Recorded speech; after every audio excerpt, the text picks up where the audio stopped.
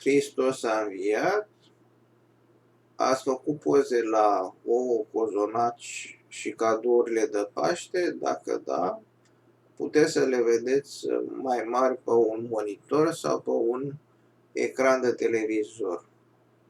Dacă observați că aceste poze diferă față de cele de pe telefon, înseamnă că nu aveți calibrat bine monitorul sau televizorul respectiv. Astăzi o să vă arăt cum să calibrați un monitor sau un televizor sau chiar un ecran de telefon, tabletă, foarte ușor, fără să mai cumpărați colorimetru. Ce este colorimetru? Este un aparat care vă calibrează automat un monitor. În schimb, dacă aveți unul cunoscut, nu mai trebuie să mai dați bani și pe colorimetru. În general, telefoanele iPhone și Samsung, cele mai scumpe, sunt deja calibrate din fabrică. Voi decât modificați luminozitatea și cam atât. În schimb, dacă aveți un telefon mai ieftin, nu e bine calibrat din fabrică și trebuie să-l calibrați. Tot așa, intrați pe un site, căutați setările sau la o monitoare, intrați pe site-ul producătorului. Haideți să vă arăt pe monitorul meu exact cum căutăm driverele și cum îl calibrăm. Deci, cel mai bine este să căutăm driverele ca să fiți siguri că Windows-ul suportă toate culorile monitorului respectiv. Sau, la fel și la televizoare, nu mai căutăm drivere, căutăm direct profiluri de calibrare. Că, în general, orice televizor are două profiluri custom în care puteți să modificați cum vreți voi culorile. Și timpul de răspuns și mișcarea și așa mai departe. Deci vedeți că roșul ăsta de la EMAG este prea aprins. Din primele două imagini, vedeți că este și oferta cu de Paști. Sunt reduceri între 11-21 aprilie, adică astăzi e ultima zi. Haideți să vă arăt monitorul meu și astfel asemănător face și voi pentru monitoarele voastre. Deci vedeți că roșu e prea aprins, albastru e cam slăbuț și culorile parcă nu sunt naturale, sunt prea stridente așa, sunt saturate. Dacă aveți OLED, îi fac chestia asta ca să vedeți diferența față de LCD, dar realitatea e mult diferită față de ce afișează display-ul vostru. Deci fac asta practic ca să vă iau ochii. Mulți producători și la multe produse fac chestia asta. Haideți să vă arăt monitorul meu și comentariul, că am lăsat și comentariul la el. Deci monitorul este de la Gigabyte seria Aorus. Seria Aorus e mai scumpă față de seria Gaming, de-aia și prețul vedeți că e mai mare. Este de 27 de inch, QHD, adică 2K, 240 de Hz, 0,03 milisecunde, AMD FreeSync OLED, da? Adică este un monitor QD OLED, că da, e și mai scumpișor, dar și IPS-urile, dacă vă luați unul de 240 de Hz, e destul de scump. Iar ăsta e review-ul lăsat de mine. Deci am avut și am în continuare un Eizo. Cine n-a auzit de Eizo este un producător japonez care face monitoare între 400 și 4000 de euro. Depinde la ce vreți să folosiți acel monitor. Eu am unul de gaming, dacă vă interesează este trecut pe OLX. Căutați acolo, monitor gaming Eizo și îl găsiți. Este de 23 și asta m-a zis eu ceva mai mare să fie de 27. În schimb, nu-mi plac deloc culorile din fabrică. La ISO, dacă dați pe profilul sRGB, nu trebuie să mai modificați decât luminozitatea în funcție de preferințe. În rest, nu trebuie să mai modificați absolut nimic. În schimb, la ăsta și la multe OLED-uri trebuie o grămadă de setări. Am vrut să iau prima dată un Acer Nitro XV275KP3, are o denumire de 1 km, ca majoritatea monitoarelor IPS, și nu l-am găsit decât la vreo 4.000 de lei și mi s-a părut exagerat prețul pentru un IPS. Asta zic, că uite, cu 3.000 am găsit OLED. Și automat IPS-ul are unghiuri mai proaste de vizualizare față de OLED. Plus și timpul de răspuns e mult mai mare. Asta are 0,03 milisecunde, pe când IPS-ul are între 3 și 5 milisecunde, gri to gri. Și am spus că la plusul este QD OLED, adică este ultima versiune de OLED-uri, că mai sunt și cu OLED de la LG. Negru e ca la CRT, dacă mai țineți minte televizoarele cu tub, alea au negru asemănător, contur pe 6 culori, HDMI 2.1, de suportă ultimul standard de HDMI. Acum a apărut și HDMI 2.1B, dar nu e mare diferență față de A, USB 3 și KVM. Ce înseamnă KVM? Puteți să folosiți o tastatură și un mouse la mai multe calculatoare conectate prin monitor sau chiar și laptop-uri. Puteți să le controlați cu aceeași tastatură și mouse. Are unghiurile de vizualizare peste IPS, adică vreo 70 de grade și 4 moduri de HDR. Eu îl țin pe la standardul HDR-ul și ajunge la 1000 de nits doar la 2-3% din ecran. Minusul modul sRGB mi se pare prea șters. Deci culorile sunt ok, dar parcă n-au vlagă în ele, știi? E ca atunci când nu aveți nici un chef de nimic. Are prea mult roșu dacă dați pe alte profiluri, care vreo 10 profiluri de gaming, și prea puțin albastru față de un OLED care este televizor de la Sony, garanția 2 ani față de 3 ani. Cred că EMAG are, face la multe produse chestia asta, ca să scape de eventualele costuri, că orice garanție costă. Are flicker dacă activezi G-Sync-ul, doar Samsung G60SD nu are, dar are alte probleme mult mai grave. Acel Samsung, flicker-ul ăsta nu e foarte enervant, dar în unele jocuri se observă.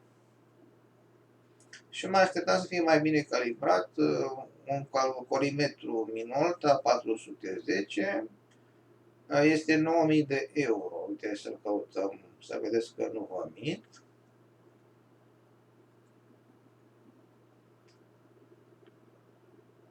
Stai să scriem și un preț. Scriem acolo price.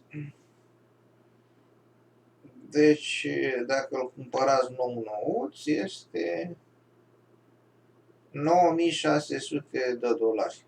Este un calorimetru special pentru colorimetru pentru OLED-uri, pentru că OLED-ul e altă tehnologie față de LCD, adică ce aveți voi, monitoare clasice IPS sau VA, alea sunt LCD-uri. Și decât să dai 9000 de euro, mai cauți alte variante, da? Ai risc de burn-in, dacă rămâne, uite, de exemplu, cum e imaginea asta statică, puteți să faceți burn-in. În schimb, Acer Nitro ăsta nu are risc pentru că este IPS, dar are și dezavantaje, bineînțeles. Negru nu e așa bun ca la OLED, nici unghiurile de vizualizare, are și glow și așa mai departe. Și mai m-a întrebat cineva că ce probleme are G60SD și a zis că Samsung sunt praf la televizoare și monitoare, folosesc cele mai slabe chestii, adică să strică. Chiar a luat cineva un monitor ăsta Samsung S60, G60, pardon, și i s-a stricat după o săptămână. Deci nu mi se pare normal că un monitor deja după o săptămână să strici. și mai dai pe el, e mai scump Samsung decât ăsta. Acum 10 ani se ținea cont și de calitate, dar din păcate în ziua de azi Samsung și Histese sunt cele mai multe care ajung în service. Asta nu spun eu de la mine, spun cineva care repară monitoare și televizoare, că a zis că astea sunt cele mai multe care ajung în service. Sony sunt cele mai puține, de-aia sunt și mai scumpe Sony față de Samsung. Plus că nu vând nici așa multe ca ei. Iar setările de fabrică la GS60SD sunt oribile, ca la orice OLED, din păcate. N-am văzut niciun OLED care să aibă setări perfecte din fabrică, pentru că, vă dați seama, ar costa mult mai mult ca să-l calibreze un colorimetru din ăla de 9000 de euro. Ei folosesc de alea mai ieftinele, la 400-500 de euro. Și de-aia nu sunt culorile, nu se compară un colorimetru de 9000 cu unul de 400 de euro. Culorile sunt prea saturate, asta nu place mie la ele și haideți să vedem cum facem ca să îmbunătățim calitatea imaginii. Cum facem acest lucru? Intrăm pe site-ul producătorului. Deci copiem modelul, cum se numește, decât literele astea și cifrele corect, copiem, dăm paste and go și intrăm pe site-ul Gigabyte. Aici vă spune specificațiile. Pe site-ul lor zice că suportă decât AMD FreeSync, dar nu e adevărat că suportă și G-Sync-ul. În schimb, ei n-am mai vrut să scrie G-Sync, că trebuie să plătească la Nvidia o taxă de câțiva euro ca să poată să pună și suportul pentru G-Sync. Dar vă spun eu sigur că suportă G-Sync, că l-am și activat. Și dăm la specificații, vă spune ce rezoluție are, spațiul de culori 99 DCI-P3. DCI-P3 este spațiul de culori pentru filme. sRGB-ul este pentru navigare pe internet și lucru pe calculator, în general. Luminositatea 250 de candele înseamnă 250 de lumânări pe metru pătrat. Uite că acum ați fost la biserică și știți cum luminează o lumânare. Și ajunge la maxim 1000 de candele, adică o să că vă deranjeze la ochi 1000 de lumânări pe metru pătrat dacă folosiți modul HDR. Deci nu este recomandat să folosiți prea mult timp modul HDR, că vă afectează foarte mult ochii. După aceea trebuie să vă luați ochelari sau să vă puneți picături de ochi. Contrastul 1,5 milioane față de IPS care e 1000. Culorile sunt pe 10 bits, adică 1 miliard de culori. Timpul de răspuns 0,3 milisecunde, refresh-ul 240 și așa stau să vă spun toate caracteristice, uitați-vă și voi. Zice că e calibrat în fabrică, dar nu-mi place calibrarea aia, cu delta E mai mică a 2. Puteți să obțineți valori mult mai mici la delta E. Și consumul este în medie 40 de W, deci nu diferă foarte mult față de IPS. IPS-ul meu consumă în jur de 20-30 de W, depinde de luminositatea la toți. Și ca să descărcăm driverele, dăm pe butonul Support și aveți aici drivere monitor. Îl descărcăm pe ăsta. Vedeți că e foarte mic, are 200 de kg. La utilități avem Gigabyte Control Center. Cu asta puteți să modificați practic toate setările monitorului software ca să nu mai folosiți joystick-ul, că ăsta se uzează joystick-ul lui și după aceea o să mai funcționeze mai greu. Și la firmware, dacă vreți să-i puneți ultimul firmware, este F03. E ca BIOS-ul de la calculator. V-am arătat în clipurile precedente cum să actualizează, așa să face și la monitor. Dacă vă interesează, căutați cum să actualizăm BIOS-ul sau ce este BIOS-ul la calculator. Pe noi ne interesează decât driverul. L-a descărcat, haideți să-l și instalăm. Deci intrăm unde s-a descărcat. Vedem că este zip, înseamnă că e arhivă, extragere totală. Dăm extragere și apoi la drivere aveți și instrucțiune aici, dacă nu vă descurcați. Click dreapta pe acest PC, Show More Option, Manage. Și după aia vă alegeți Device Manager, Monitor, click dreapta Update Driver. Apoi dați Browse My Computer și îl căutați unde l-ați descărcat. Apoi dați Next și gata, asta a fost tot.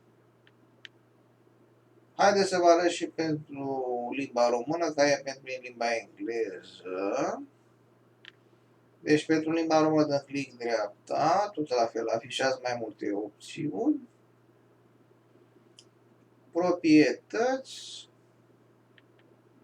Aici la proprietăți vă arată și ce procesor aveți voi pe sistem, ce Windows este și ca să modificați driver dați pe manager dispozitive. În engleză era device manager, aici se dă mai mare ca să vedeți mai bine. Căutăm monitorul aici, e mai până la jumate. Și eu deja am instalat driverul, deci cum faceți ca să-l instalați? Click dreapta pe el, actualizare driver, navigați pe computer, dați pe butonul răsfoire, îl căutați la descărcări, că acolo e descărcat. Apoi dați următorul și gata. Eu nu mai instalez încă o dată, că e deja instalat, da? Și vă arată și ce modele. La televizoare, din păcate, n-am găsit driver. Oricum nu e nevoie la televizor de drivere, pentru că sunt compatibile cu calculatorul. Și astfel ați instalat driverul. Acum știți și voi că suportă monitorul vostru, că scrie aici delta E mai mic ca 2, parcă era, nu? Da, deci delta E mai mic ca 2. Recomandat este să fie mai mic ca 3 ca să nu observați diferențe prea mari de culori. Dar puteți să obțineți o valoare și mai mică de atât. Da? Haideți să vă arăt cum facem asta.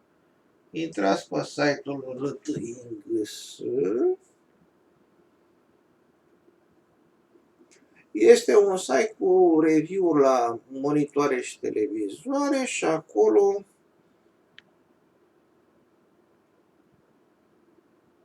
sus la căutare căutați modelul vostru. Din păcate nu găsim pentru Q2, dar în schimb găsim pentru Q3. Deci vedeți că la unele tipuri de monitoare sunt mai multe versiuni, Q2, Q3 și așa mai departe.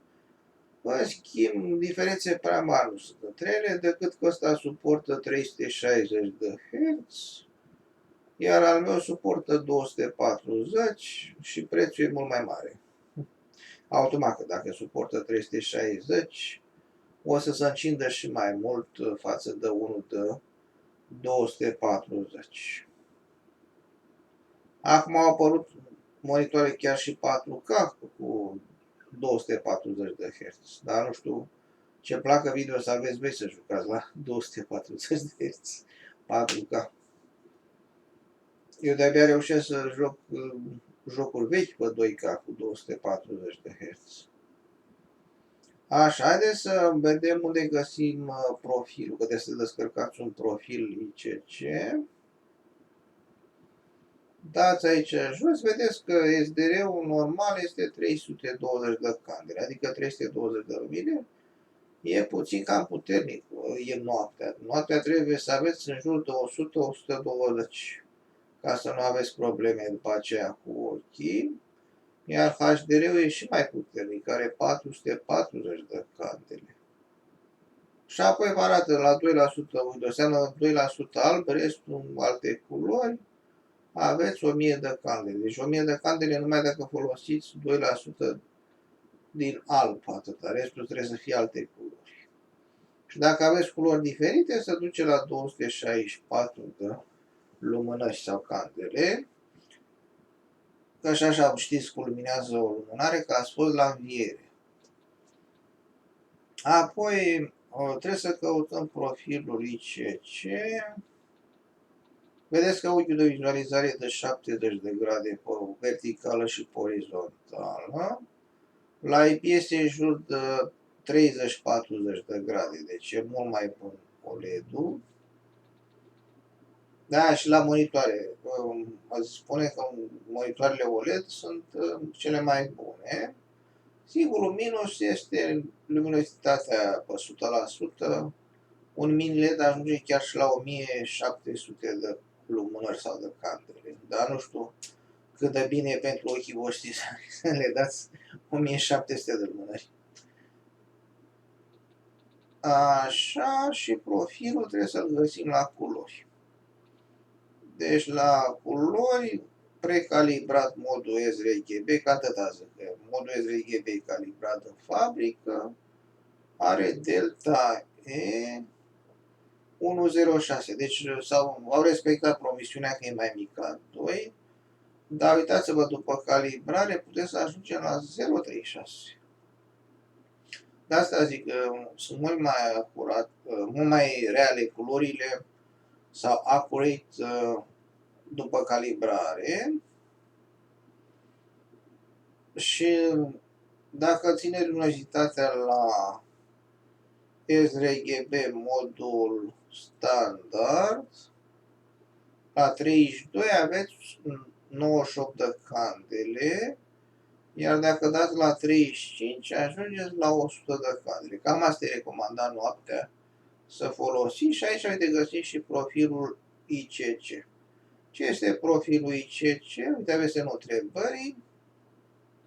Este un profil post-calibrare, adică iau un aparat cu care calibrează monitorul respectiv și, practic, salvează setările într-un fișier de ăsta ICC. Asta face și vă dați seama că nu toate monitoarele sunt la fel, dar dacă să dați 10.000 de euro pe un calorimetru profesional, sunt destul de bune și astea. Pentru că la astea nu dați niciun bani. Dați pe butonul download și a descărcat profilul ICC. Și acum haideți să vă arăt cum îl activăm acest profil. Foarte simplu. Vedeți că ăștia au review-uri și la televizoare. Deci aveți profilul ICC și la diverse televizoare. Uite, de exemplu, să căutăm televizorul meu. Sony A80 am eu și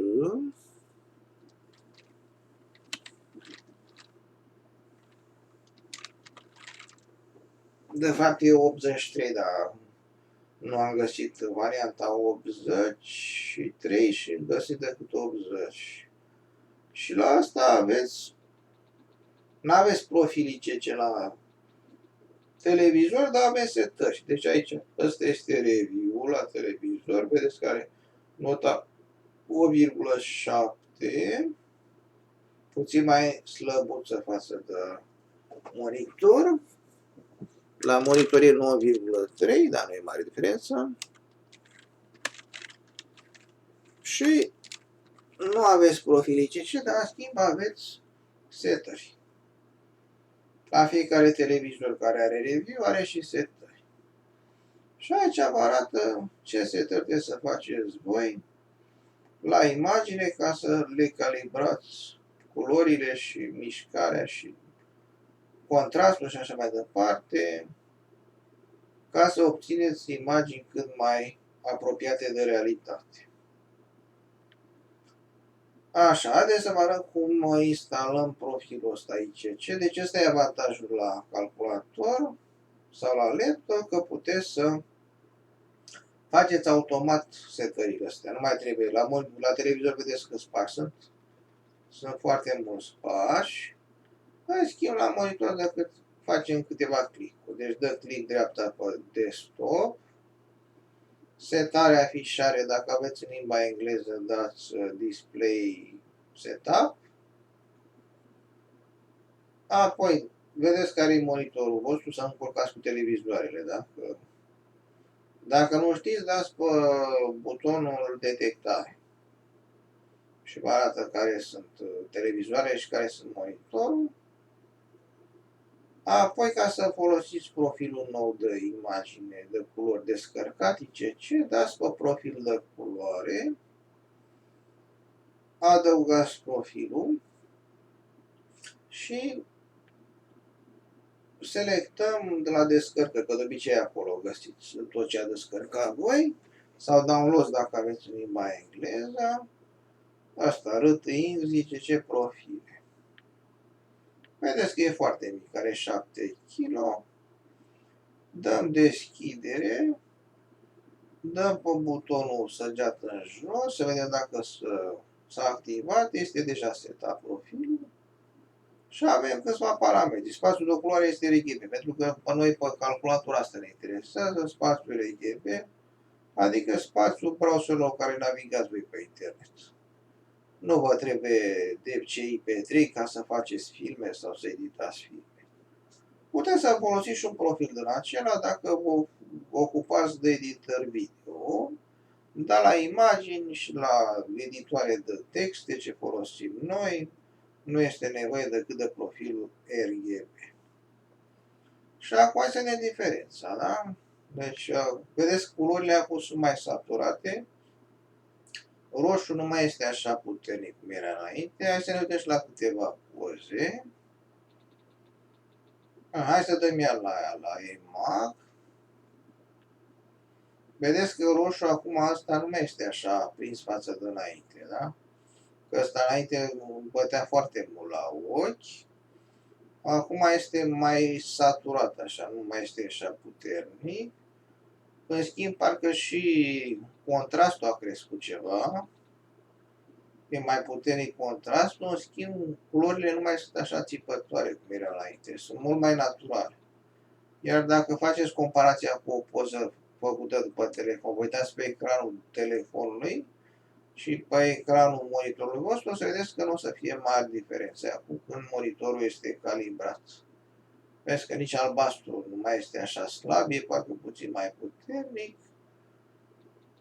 Culorile nu mai sar așa la ochi. Și profilul de astea puteți să faceți pentru mai multe monitoare. Uite, hai să luăm un monitor de aici, pe ăsta, LG-ul ăsta, de exemplu, să-l luăm. Prețul e puțin cam mare, pentru cât valorează el, pentru că este decât 144 de Hz și IPS, nu este OLED. Îl căutați tot așa pe site-ul TING. Vedeți ce denumire are asta? Astea nu plac denumirile la monitoarele astea IPS, că sunt prea lungi să-l avea. Intrăm iar pe site-ul TING. Și sus acolo căutăm monitorul nostru. Și vedeți că l-a găsit. Dăm pe review.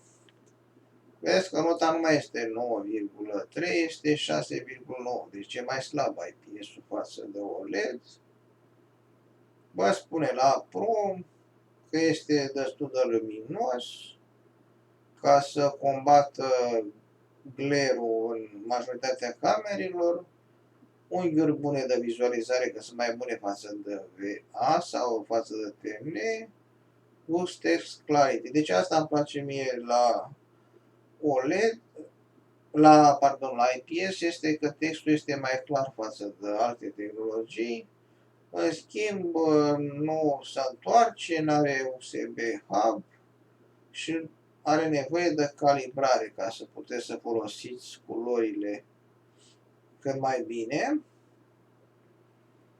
Și haideți să căutăm profilul de calibrare. Vedeți, contrastul nu mai e 1000 la 1, este 1000 la 1.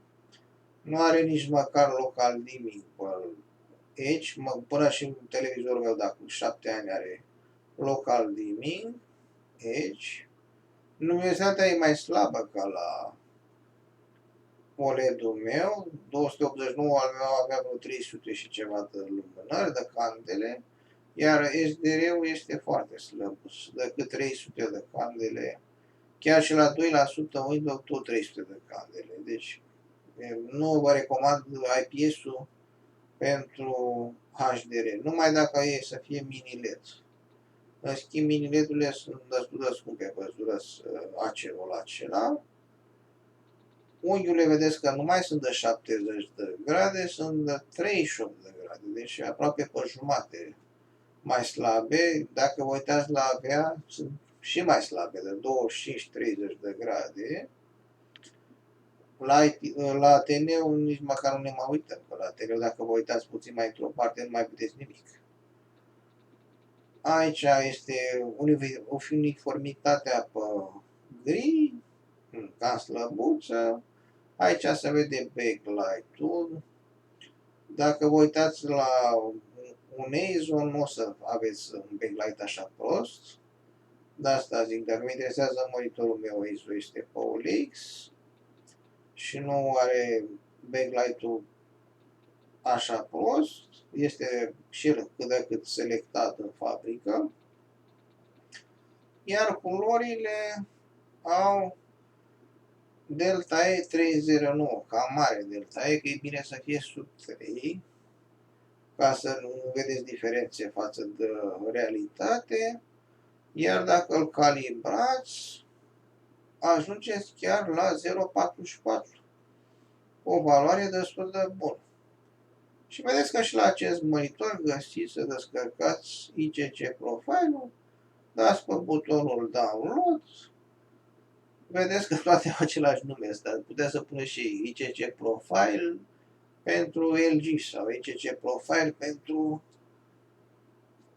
Samsung sau ce vreți voi să luați. Și vedeți că sunt foarte multe monitoare care sunt pe site-ul acesta, au review-uri și automat au și setările ICC. Nu sunt monitoare identice, niciunul e identic, dar așa să faceți o idee și nu trebuie să mai cumpărați un colorimetru, că dacă vă uitați pe OLX, un colorimetru sare de 400 de lei, un colorimetru bun, asta vreau să zic. Deci hai să scriem aici sus.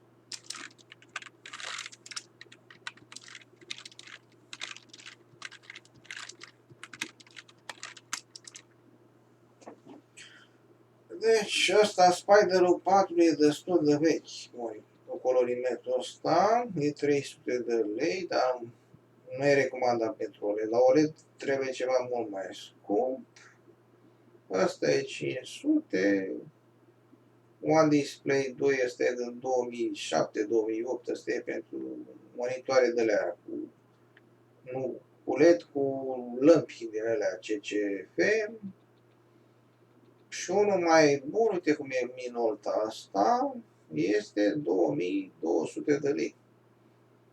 Deci vedeți că dacă vreți să aveți culori special pentru monitorul vostru, trebuie să mai dați în buzunar cel puțin 2000 de lei dacă aveți un OLED. De asta zic că dacă intrați pe site-ul RTX, sunt gratuite setările.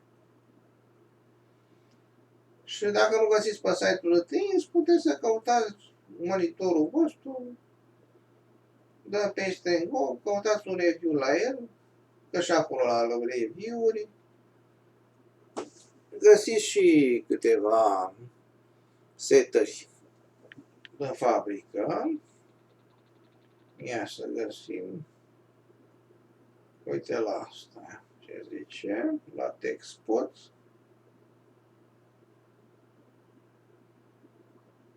Avem câteva setări făcute de ei. Aici sunt măsurătorile. Deci vedeți că timpul de răspuns la un IPS este de 4 milisecunde. În schimb la OLED e de 0,03. Deci e diferență destul de mare.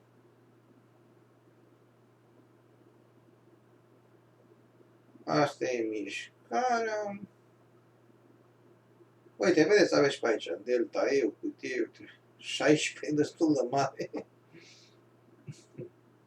Ia uite, 17. Și aveți tot așa, calibrările din fabrică. E bine să aveți un calorimetru special pentru monitorul vostru, pentru că puteți să calibrați orice monitor cu el. Nu trebuie neapărat monitorul vostru. Deci dacă vă mai duceți pe la prieteni și mai calibrați, puteți să recegeți niște bani pentru chestia asta. Cam atât pentru ziua de azi. Dacă v-a plăcut clipul, dați un like sau un dislike. Și puteți să scrieți pe Instagram, pe Soft Original 1, sugestii sau următoarele videoclipuri despre ce vă interesa pe voi să vă spun. Eu zic că e foarte important un monitor, că degeaba ți o placă video de 3000 de euro și ai un monitor care le dă niște culori foarte urâte și în special TN-urile sunt foarte slabe la culori. De aceea nici nu prea se mai fabrică TN-uri în ziua de astăzi. Avantajul lor era că erau mai rapide față de IPS-ul la început, dar și tehnologia IPS a ajuns în urmă și practic nu cred că se mai fabrică deloc TN-uri în ziua de astăzi. De asta zic că puteți să folosiți și mini-LED-uri. Mini-LED-urile respective sunt ceva mai scumpe, dar se apropie foarte mult de un OLED. Și aveți și avantajul că nu au burn-in. Deci un mini-LED puteți să țineți imaginea asta cum e acum, să o țineți și 10 ore și nu o să pățească monitorul nimic. Cam atât pentru ziua de astăzi, ne auzim data viitoare.